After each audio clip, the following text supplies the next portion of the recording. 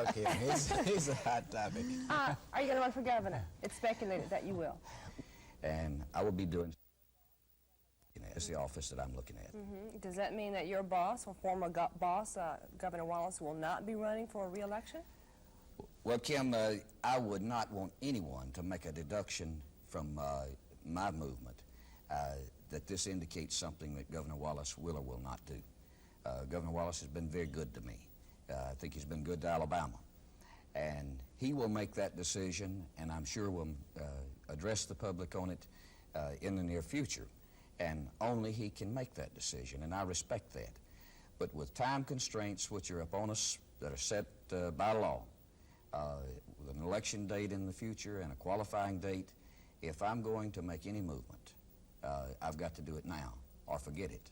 And I'm probably taking a little bit of a gamble that the governor will not run, but I've got to make that movement and do it. And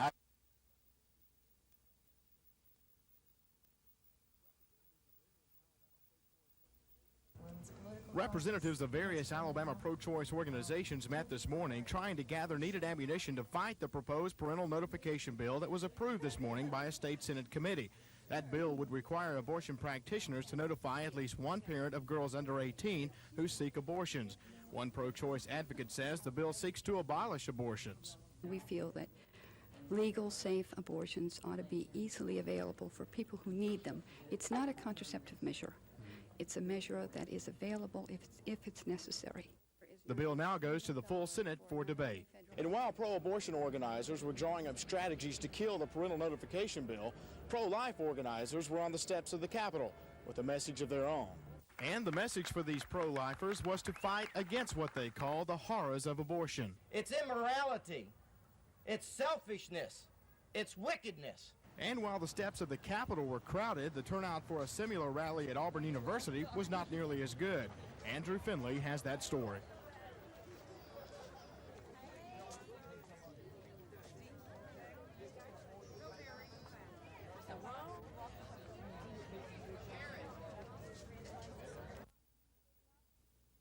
Make sure that your answer is not, I did nothing.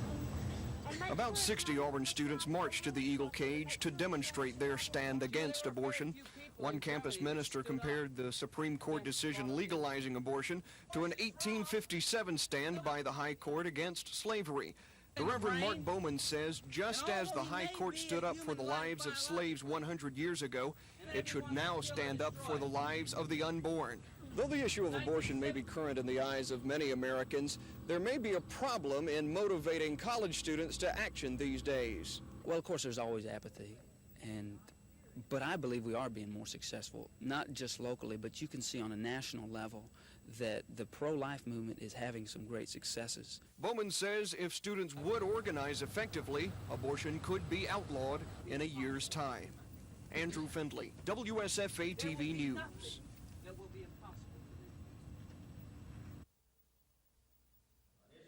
Such as the issuance of industrial development bonds, NCSL won't have the force of law.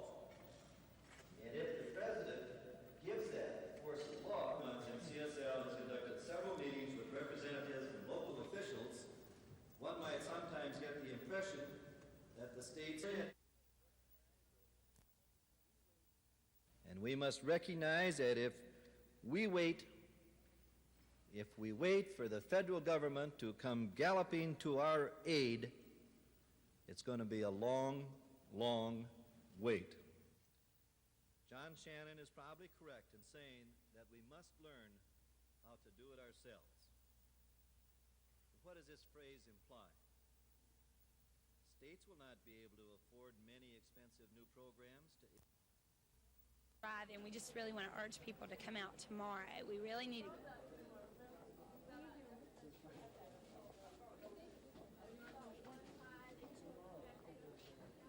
Well, I tell you what, this is one of the toughest opponents for me. I'm afraid of needles, but I think I'm going to give it a shot there. Y'all smile.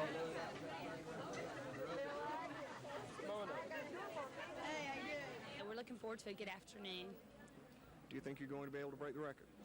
I'm not sure if we're going to be able to break.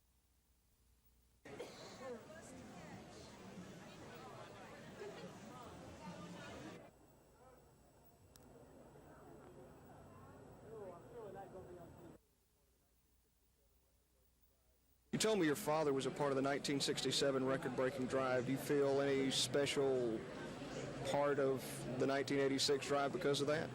Well, he's excited because I'm in charge this year and everything, and he came today and he's giving blood right now. And so I thought that was kind of neat.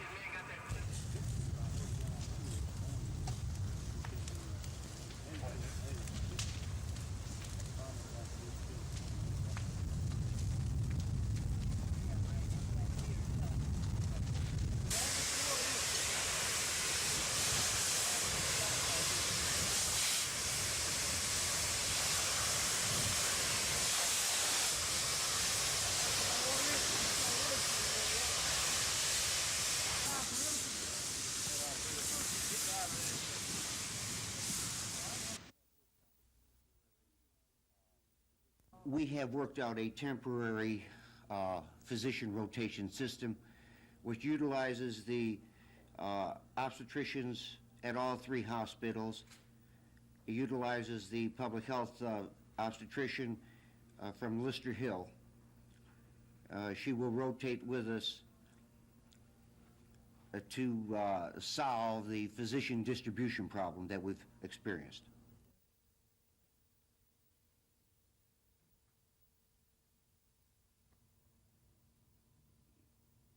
Normal delivery without rupturing her uterus.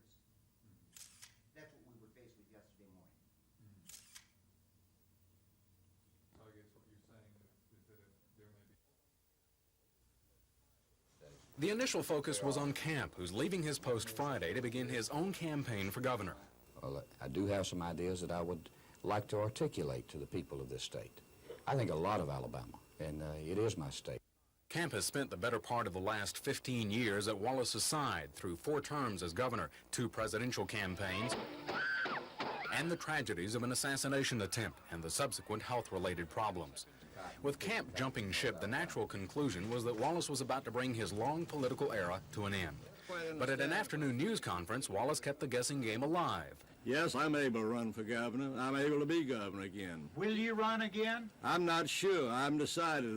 Wallace admits he has been wavering about what to do, one day planning to run, the next day planning not to run. But Camp, who's recently said he would only run if the governor didn't, doesn't think there'll be a Wallace in this year's governor's race. I do not feel that that will come about.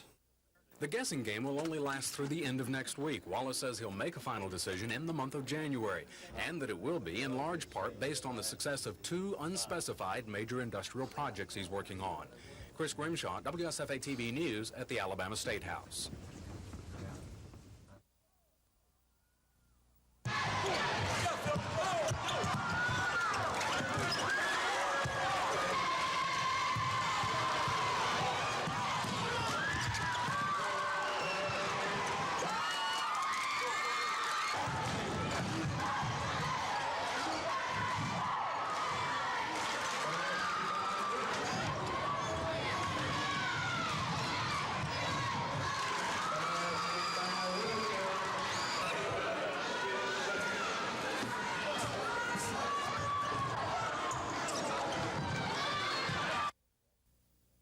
That's one of those places we've had a lot of our difficulties. We actually only have 1 win over there, I believe, and during my time here.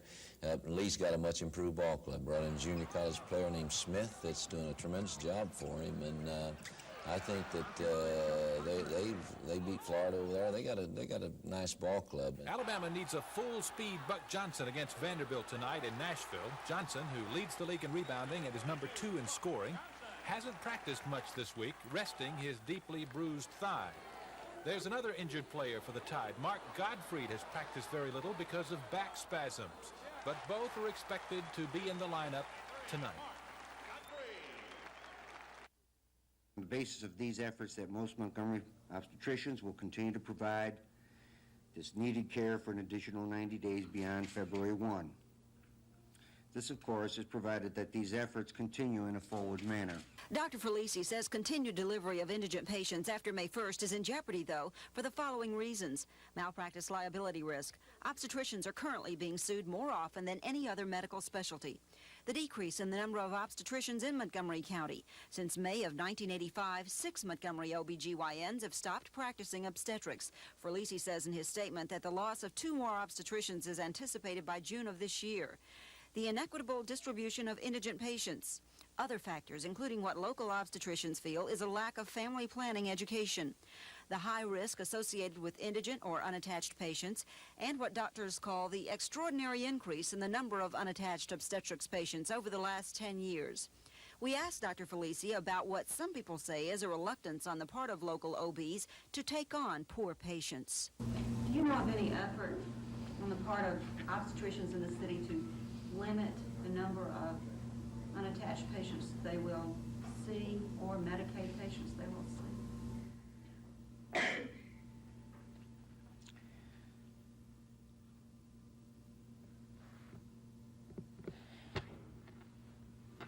Like I said, there's 16 obstetricians. There used to be over 20. The private office load has increased dramatically, and I just heard today that Montgomery is the second largest growing city in the state. And we're all quite busy. Most of us have taken Medicaid patients in the past when they've been referred by the health agency. If we were to accept every patient that called and said, I have Medicaid, can you take me? Our offices would be inundated. And very frankly, the caseload would be just physically impossible, as it's becoming. Felici says today's announcement is only a short-term solution. Other, more long-range plans include investigating the possibility of a central location where prenatal care, delivery, and family planning could take place, as well as the use of student doctors from state universities taking their residencies in Montgomery hospitals where they would perform obstetrical duties. You know the government and you know the red tape, and so you've already got the answer. And that's why we're here today. And call it Faulkner University, being named after University. The name Christian. The history of the school is a proud one. It is one of struggle from time to time in order to meet all of the needs of a growing and moving institution, and yet it is also one with a proud history of great accomplishments. Go!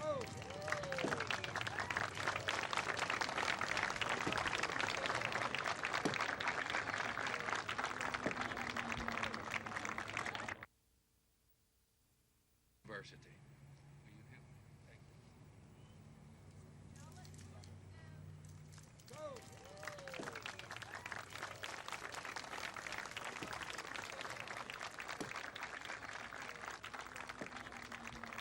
University, and call it Faulkner University, being as an administration and as faculty, that Christ will always.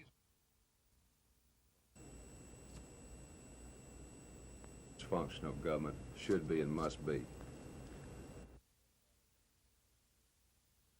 Cost the state of Alabama a minimum of $100,000 a week. That's a very minimum to have a special session. I think it's time we put a halt to special sessions that have no emergency type situations here for the legislature to consider.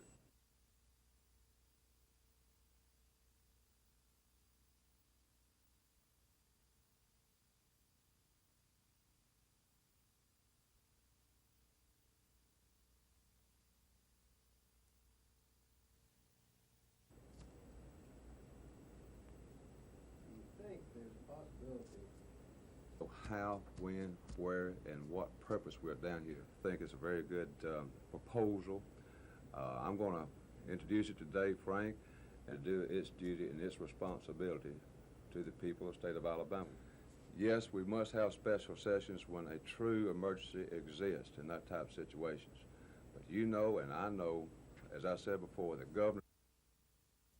Possible for this nation to have 25,000 miles of inland waterway that handles 80%. We'll just have to be realistic as far as this project is, just like every project in the nation is concerned, and we got to realize that with this massive breaking all record deficit, it's going to actually prevent us from making any major investments in any waterway, any new waterway project.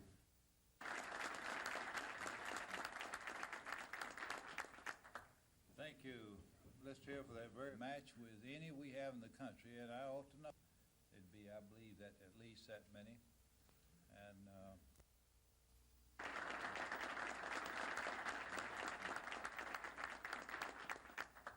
thank you. Let's hear for that very fine introduction, and I'm always looking forward to it, of course. Didn't take much thinking to realize what that was. That meant those 13 waterways were closed. Navigable waterways were going to be. Dr. Harry. Whenever you invest monies in a regional activity and it has a long-term payoff, it's hard for people to appreciate the long term. They want to see something tomorrow. And it's difficult, but it's so crucial because a waterway just doesn't begin to flourish immediately. To contribute 50% river system. They include dredging. General Edgar and Colonel Dunn on behalf of the association.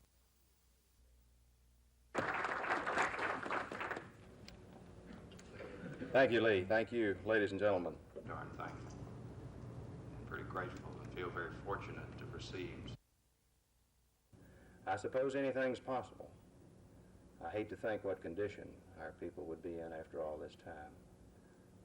But I think we should not let up until we get an accounting as to each and every one of the some 2,000 that are still listed. We're just happy to be anywhere. You want to hold your meeting somewhere else, I'll join you there and be happy to be there too. I'm glad to be with you. Highest day of success is just about anything that we do in life, whether it's... Do appreciate that, Lee. In fact, I enjoyed it. You could take a little more time along those lines if you wanted to. And the debate is serious, and it is real, and it is important. And when we get to things like SDI, which is very complicated, but to not get too sophisticated about it, one of the best arguments for it is that the Soviets are so much against it.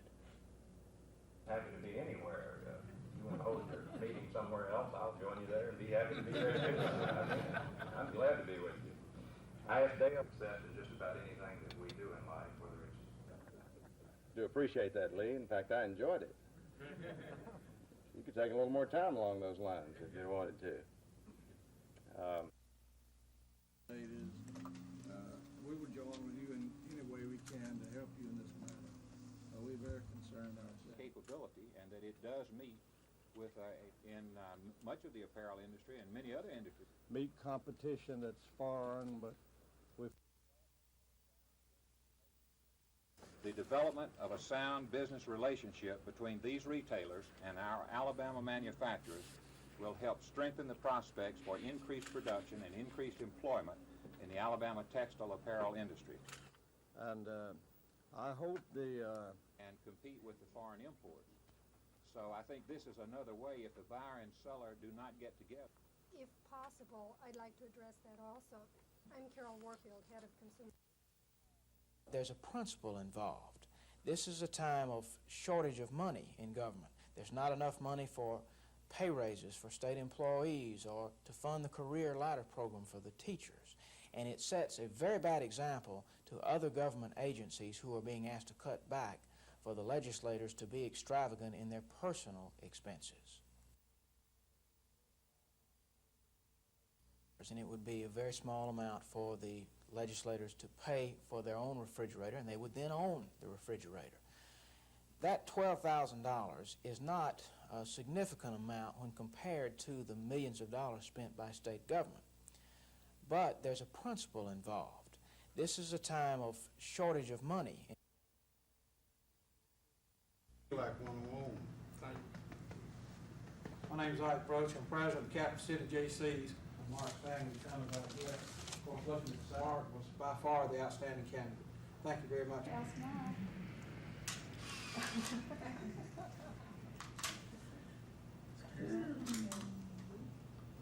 One more. She didn't tell you she's got to put. Less than what it's supposed to be. Right. We were expecting approximately 10 points. So far this way, funding everything. The department is going to be devastated. We have been devastated already by the first cut of $1 million this quarter. We are not able in our department to absorb the kind of loss that Graham-Rudman's going to do. I don't see that the state as a whole can absorb the losses that Graham-Rudman is going to mean in federal funds for not just our programs, but for other programs in the state. You know, it doesn't sound, when you're dealing with for error, no margin for change. There are a number of other states that are in the same boat we were. When we first got the delay, our Title 20 money was due January 8th, and on January 9th. I think the cuts that we've received in this department are just the first of a lot of cuts that are going to be far-reaching for the state as a whole. The department is going to be devastated. We have been devastated already by the first cut of $1 million this quarter. Anywhere you bank locally, it's with an Alabama-based company. There are no out-of-state banks in Alabama, nor can Alabama banks do business in other states. The reciprocal agreement would open the door to interstate banking. Most other southeastern states have already passed laws to allow banks in different states to buy, sell, or merge.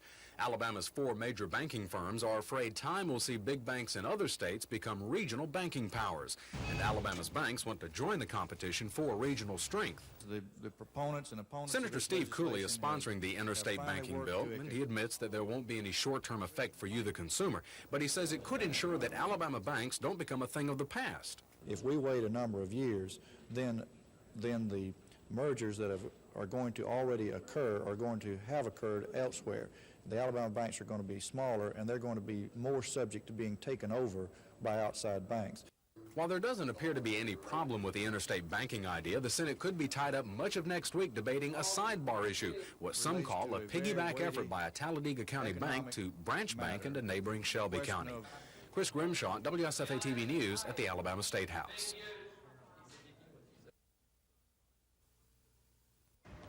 Castellon charges the hospital, its chief of obstetrics, and an insurance company deprived him of a livelihood and kept him from treating indigent patients. When St. Margaret's first suspended my privileges without a good reason, it was very hard on me and, of course, my family. But it was even harder, much harder, on my patients who were left stranded, going from one emergency room to another, bouncing from one emergency room to another, and in many instances being verbally abused and insulted by physicians and nurses.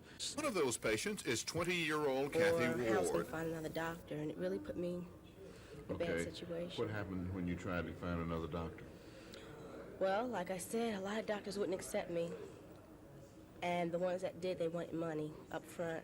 Dr. Castellon says if he wins this lawsuit, he hopes among the damages will be $45,000 in losses he attributes to being forced out of practice unfairly. Norman Lumpkin, WSFA TV News at Federal Court. The hopes and the dreams and the aspirations of poor people and black people in a most profound fashion set him apart. Not only his oratorical eloquence set him apart, so did his courage. He personally confronted Southern white power structures in a way they had not been confronted before. Now here comes this man, Martin Luther King Jr., saying, "Get behind me, and I will show you how to get free." That laid his life out on the line. In a way, Martin Luther King's leadership of the civil rights movement got its start here at a bus stop. On December 1st, 1955, when a seamstress named Rosa Parks got on a city bus and then refused to give up her seat to a white man, as the local law at that time required.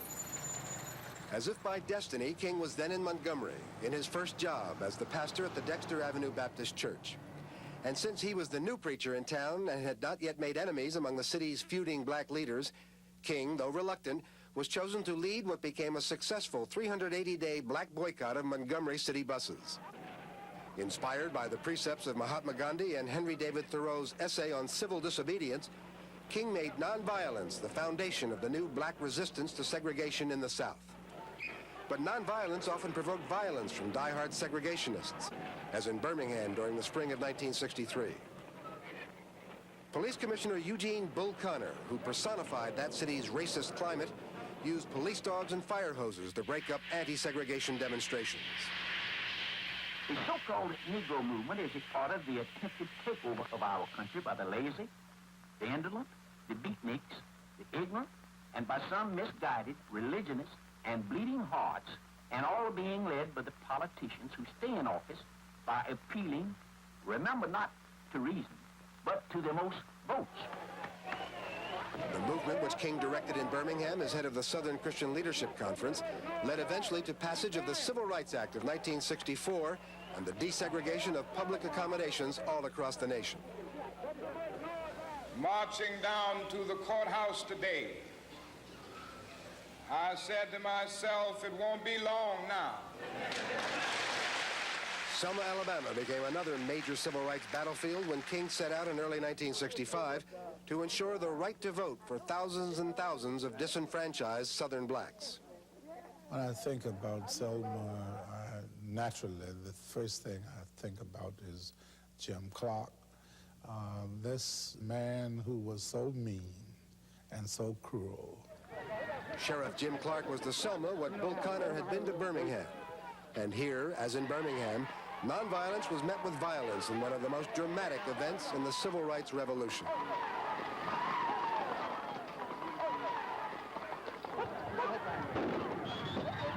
The police brutality seared the nation's conscience and galvanized President Johnson and Congress into creating the historic Voting Rights Act of 1965. King eventually led marchers from Selma to Montgomery under the protection of federal troops. Jim Clark has left Selma, but he remains unreconstructed about Martin Luther King. He was an actor. He created a situation there that was non-existent just by,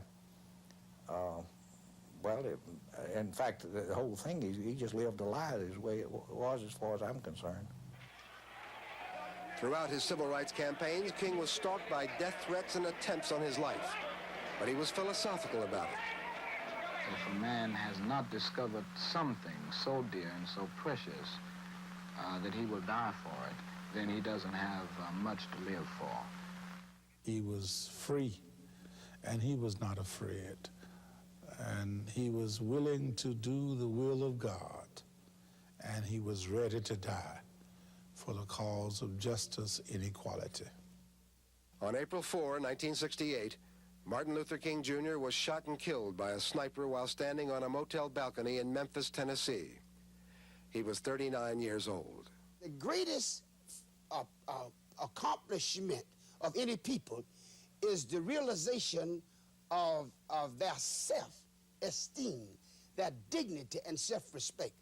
And I really think that the Martin Luther King Jr. movement, that was the great reward that we received.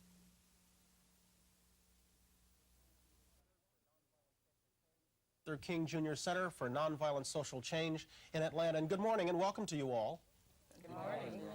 Mrs. King, what's the dominant feeling among you all on this day? Pride, sorrow, joy, what? I think we feel a great sense of fulfillment, and we've been renewed and recommitted, I think, to continue the struggle, to help in realizing the dream of peace, equality, justice, and freedom for all people, and to continue to carry on the work of the King Center and institutionalize the legacy of Martin Luther King Jr. Some have said this day should be spent holding massive rallies and protest marches. What do you think? How would you like to see Americans commemorate this day? I would like to see it being commemorated the way we have already been working at it in terms of bringing people together on a national day of solidarity and unity. The first holiday especially has to set the tone for the future ones. It must include all people of every race and color and creed and culture, and we want to focus on those things that are common to us and that make us common as human personalities. We should not deal with the things that divide us on this day.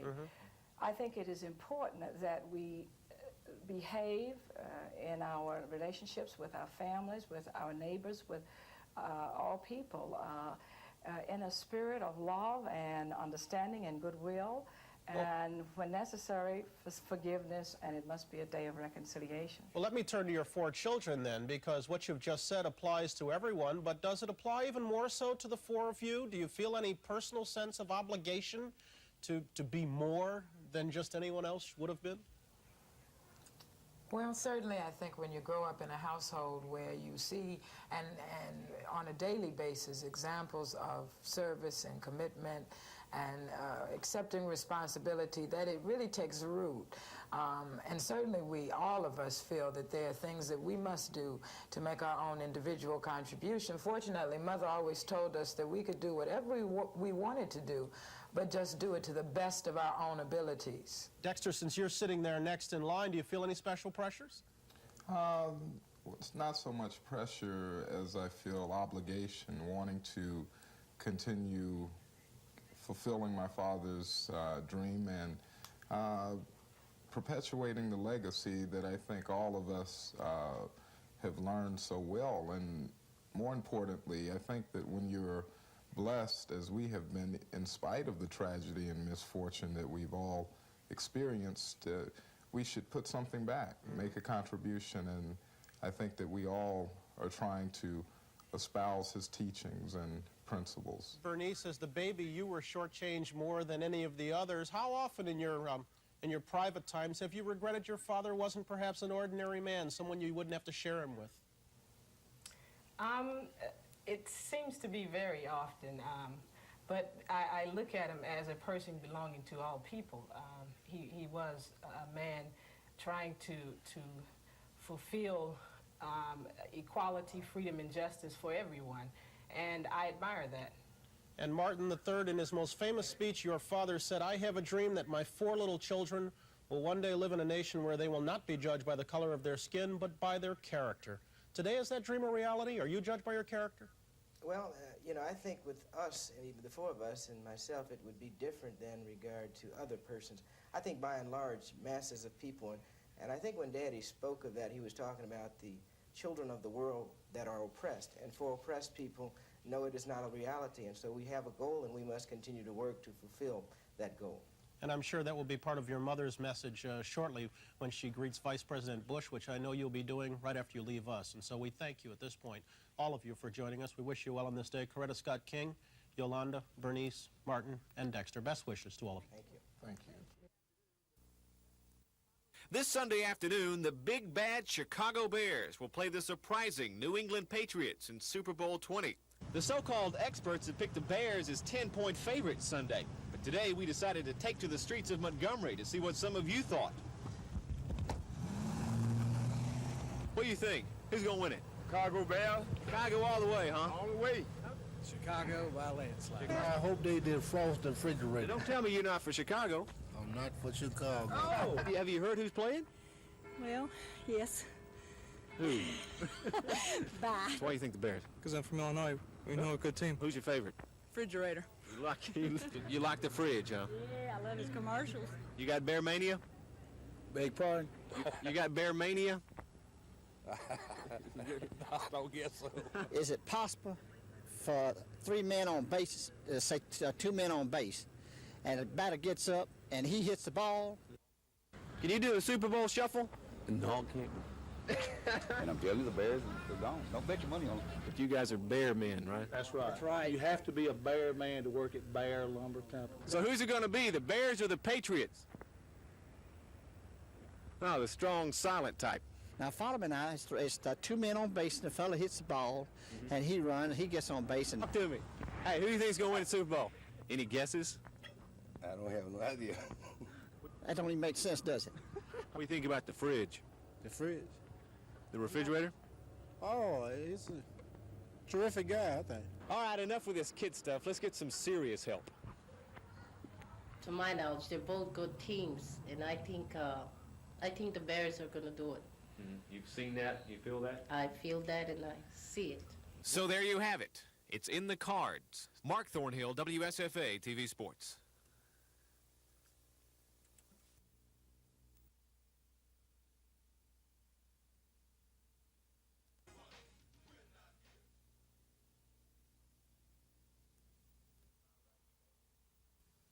And it is my recommendation that Dr. Richard Fedorenko be recommended to the board for the appointment of president of Southern Union. But board member John Fulmer, whose district includes the junior college, had other ideas. He offered a substitute resolution in favor of another candidate who works at the school. Ask the board would vote on Mrs. Susan Elliott. By law, the board could not accept Fulmer's choice unless it came from the chancellor. I cannot recommend Susan Elliott at this time.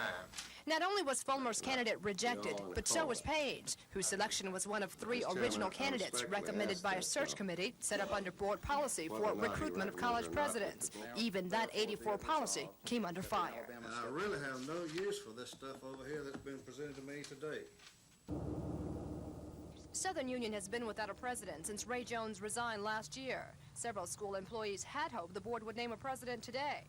But as one source close to the school said, today's action was an indication that some board members were in favor of securing their political future, rather than selecting a president who had no ties to the school.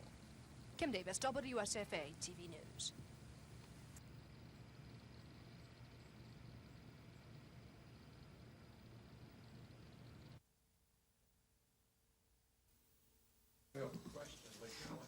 Board member cannot make. Sir, I'd like to have a ruling a board member cannot. Yes, I haven't quite finished. Were allowed to vote who they wanted to represent them on there. So if there were illegal... Chairman, may I say? Who votes no, and I vote no. I vote no.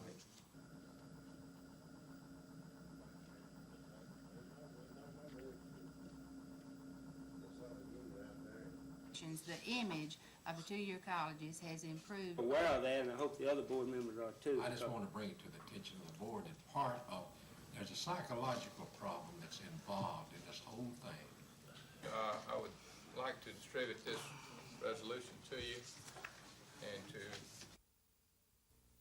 You know the government and you know the red tape, and so you've already got the answer. And that's why we're here today, and the reason why that they would form schools and colleges within the university belongs to Christ. That on behalf of the Faulkner family, we are deeply appreciative of this great honor, and also, I must admit, it is a great responsibility. We have done a few things for the school, but we hope to do much more.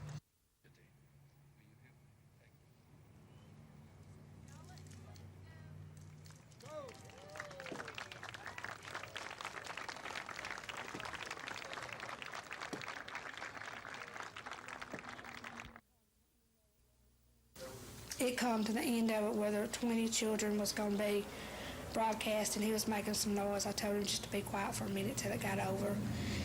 And I think it was number 17, if I'm not mistaken. And I jumped up when I seen it, and then he said, "I'm on TV. I can't be on TV," you know. And that's when I told my husband Gene that I was going to go call the Bessemer Police Department.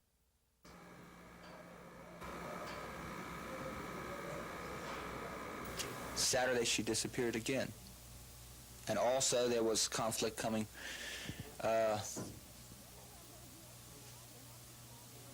from the other fellow. But basically, I took the child because she left him and he was sick, and I was afraid that there was something that was going to happen to him that I wouldn't be able to do anything about. And that is why I took my child.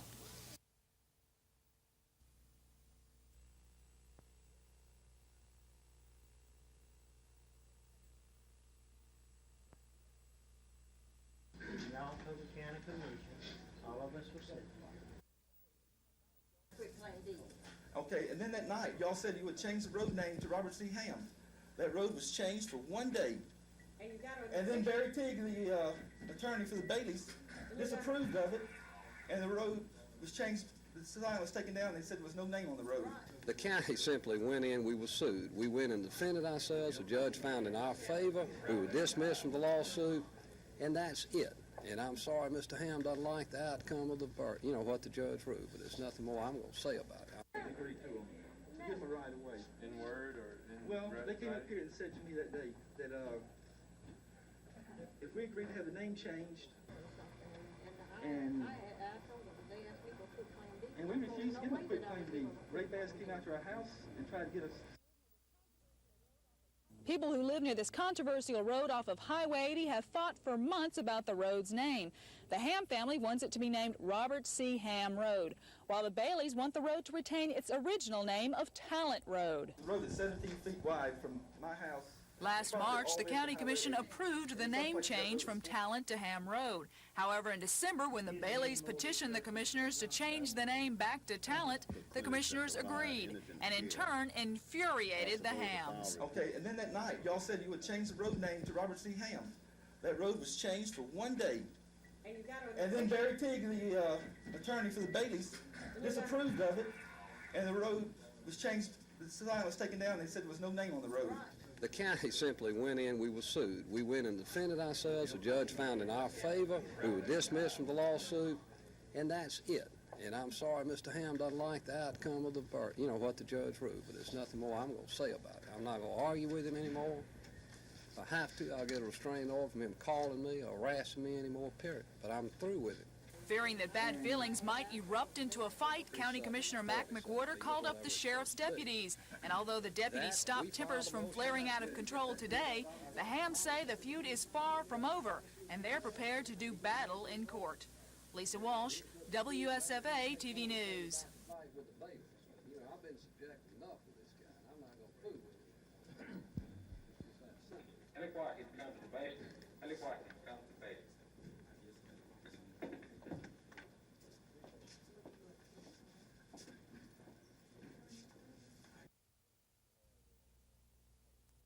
Preparing a Republican agenda, a legislative agenda, so we can take our legislative goals and legislation to every household throughout the state. We'd also like to set up a network, if you will, a network so that when a governor makes his state address, then there would be a Republican response.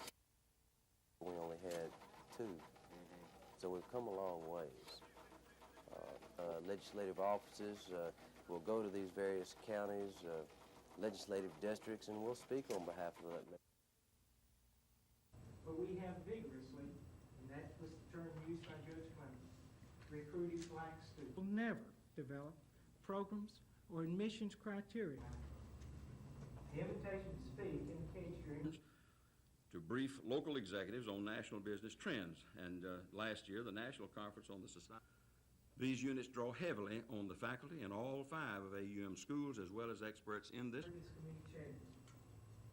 Secondly, AUM faculty and administrators have worked diligently to develop academic programs, recruit students, but we have vigorously, and that was the term used by Judge Clement, recruited black students.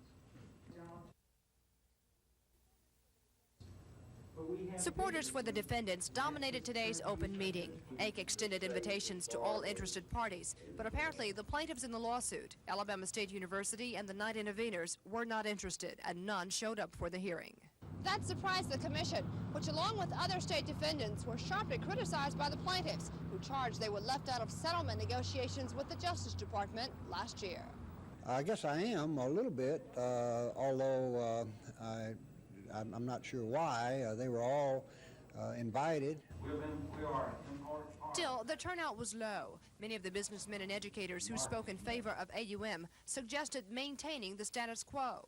In my opinion, you would do the Montgomery area the greatest possible disservice to materially change this ongoing, well-established, and well-directed comprehensive university that is serving the purpose it was intended to do. My recommendation is that AUM be allowed to maintain, improve, and build upon the already excellent programs it has cultivated.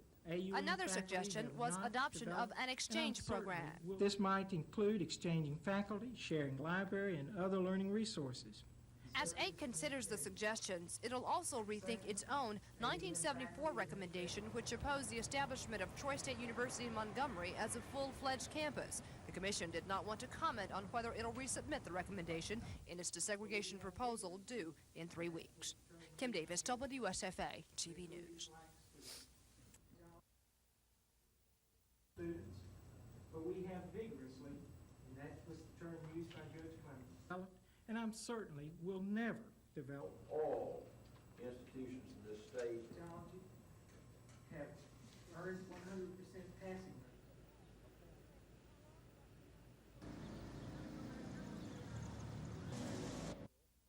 I guess I am a little bit, although I'm not sure why. They were all invited. How do I feel? I feel great. And how does Benji look? He looks good. He really does. He's grown a lot. He really has. What do you think your chances are today? No comment. From what the papers show, apparently he did not run away with the child because at that time he had already had the child. The papers, I think the divorce decree was entered in something like June '85, and he already had the child in Alabama in January of '85. So it looks like it's going to be a longer hearing than I thought.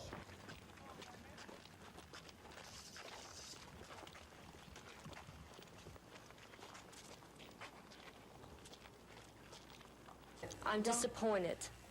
Very disappointed. I was hoping that I could go home with my son, you know, take him home where he belongs. Billy Joe Camp wrapped up loose ends today as he closed more than a decade of service with Governor Wallace.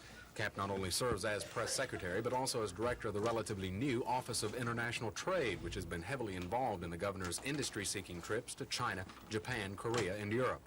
Today, Governor Wallace says he still hasn't decided who he'll name as Camp's successor in either position.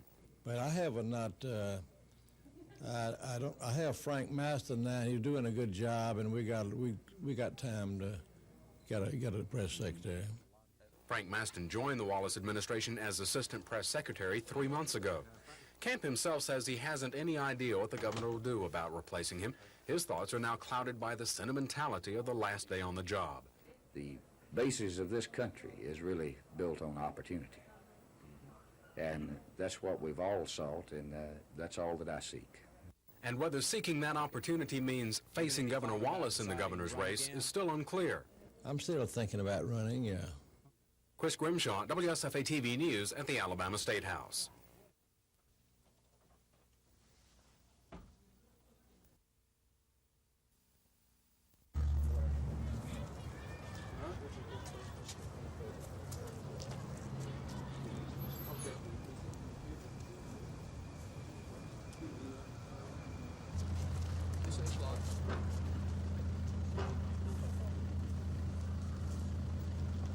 We need the key, love. Eddie.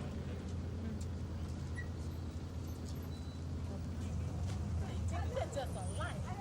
Stop acting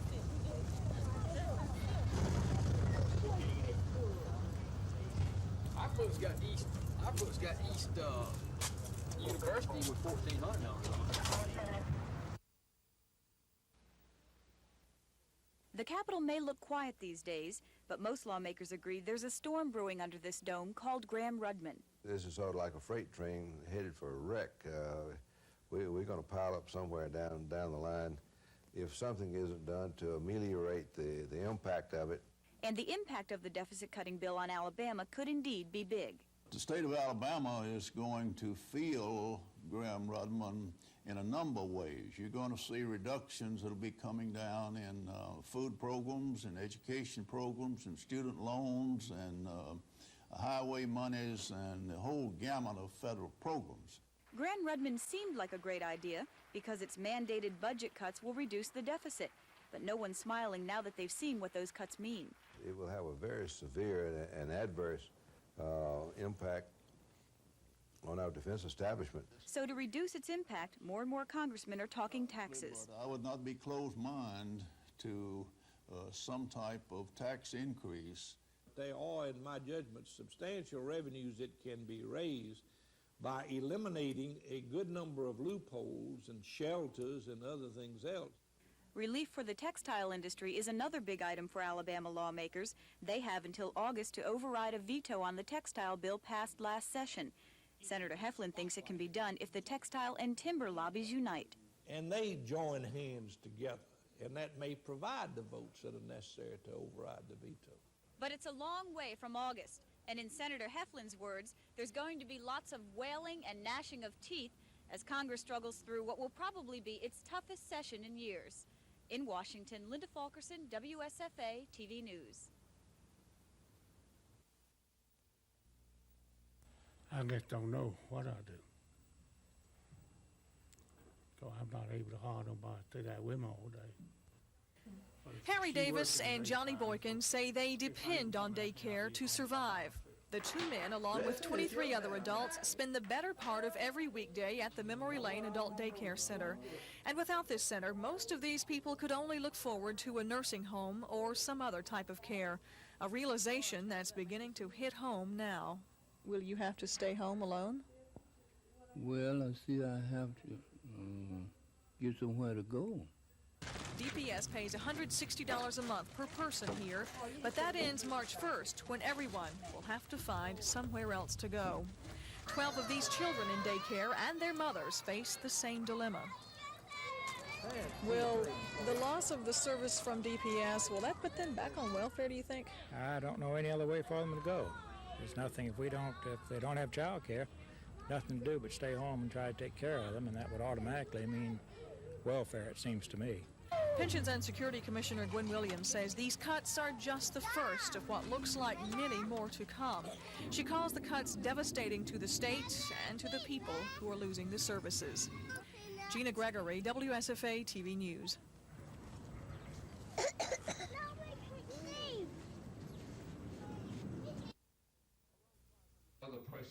Around 500 delegates from across the state are taking part in the two-day convention. New South organizers like Mobile State Senator Michael Figures say the coalition was conceived at a meeting last December in Selma. That initial session was attended by 100 or more elected officials, business and civic leaders.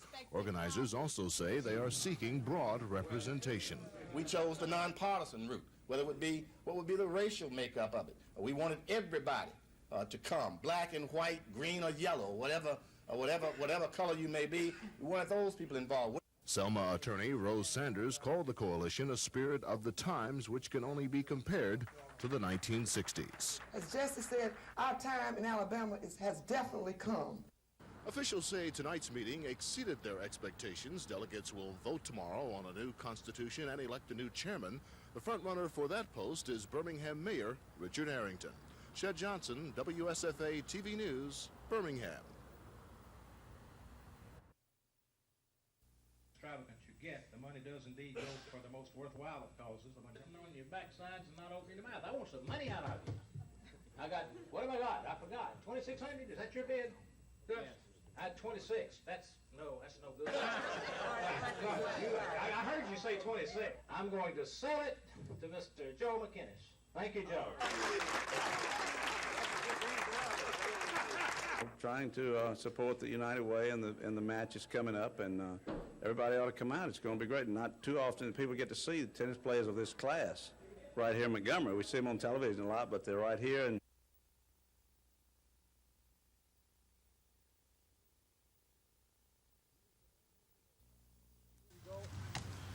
he is the man with the mohawk, the wraparound sunglasses, the blues brother from Chicago. Outrageous, audacious, and rebellious. I'm the punky QB known as McMahon. When I hit the turf, I've got no plan. He is the rock and roll quarterback who thrives on touchdowns and butting heads with anybody who tries to tell him what to do. Just ask an expert, his mom. From about the age of 2 or 3, he was always defiant. And still is, ignoring his coaches, calling his own plays, and gleefully defying a league rule against spiking the ball after a touchdown. That one cost his team 5 yards. I think that's a stupid rule. You know, you got to be able to celebrate a little bit. That's, I don't care. We'll take the 5 yards every time. McMahon loves beer and hates practice. Looks like you're going to have virtually no practice time. No. Breaks my heart. Coach Mike Ditka says his wacky quarterback is driving him crazy. He's amazing. Amazing because McMahon threw 3 touchdown passes in less than 7 minutes of one game, and yet is best remembered for the headband he wore in another. A lot of what Jim does is an act, but by the same token, he is a little bit zany. Zany enough to tell the world he has a pain in the posterior and show it off to a photographer. But those who know him best expect McMahon will be ready to play Sunday. It's showtime for him when you take the field, you know.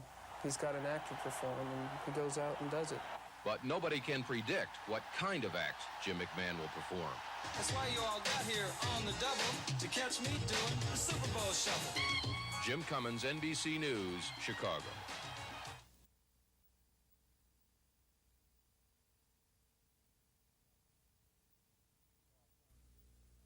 Well, our family will be over in a minute.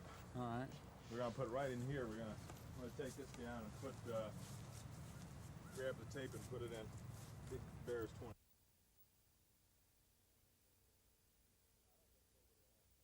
I don't think Cloverdale had a team, but there was a sort of a little league, a larger size little league after school.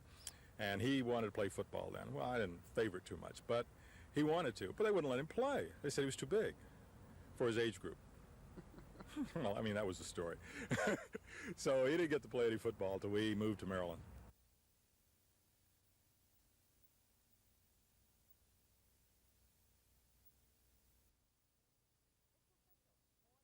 It's official. More than 800 supporters today joined the state's newest black political voice. They came from all across Alabama looking for an organization that shared their own views. New members, many who defected from the ADC, were not disappointed. I like the idea that the New South Coalition will include all of those individuals who endorse similar ideals, whether they be political or economic ideas or whatever. They unanimously chose Mayor Richard Arrington as president. Arrington, who helped make key decisions while with ADC, denied rumors of dissension between the two black organizations. We wish no individual or no organization ill will. Mayor Arrington did not directly mention the group's political counterpart. Instead, he talked about room for another and goals for the organization. But we are showing the courage to dare to do better, to aid and to strengthen our cause for broader political participation. The New South Coalition wasted no time agreeing on a new constitution and bylaws, which include a president who will serve only 2 terms, a major difference from the ADC, which has had 1 president in its 25-year existence. There were familiar faces attending the day-long convention. 13 of the state's 24 black legislators came, and so did Selma attorney J.L. Chestnut, who resigned last week as the vice chairman of the ADC. Though Chestnut did not call any names, he expressed former political ties. Simple silence. You speak and act as if the solution to all these stifling, complex problems lies exclusively in the ballot box. Come on now. The Alabama New South Coalition now turns In its a attention very to real solidifying sense, its as a membership people, and we gearing up have for the 86 Alabama campaign, the first major test of the group's newfound influence. Kim Davis, WSFA TV News, Birmingham.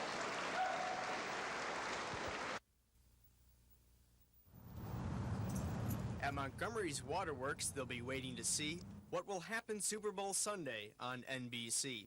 For a minute or two during the pregame show, there'll be no ads, no football, just time to go. Everyone gets at least 1 minute to rush, 1 minute to do the Super Bowl flush. NBC says the reason it will be done is so no one has to miss any Super Bowl fun. Program manager Carl Stevens, WSFA, thinks, The idea? I don't think it stinks. About the sewage, Bill Oswald at the Waterworks. We probably treat anywhere around 20 million gallons every day, so another 500,000 gallons is not going to hurt. On Monday, we'll know just how much water we will use. I'm Dan Rosen, WSFA TV News.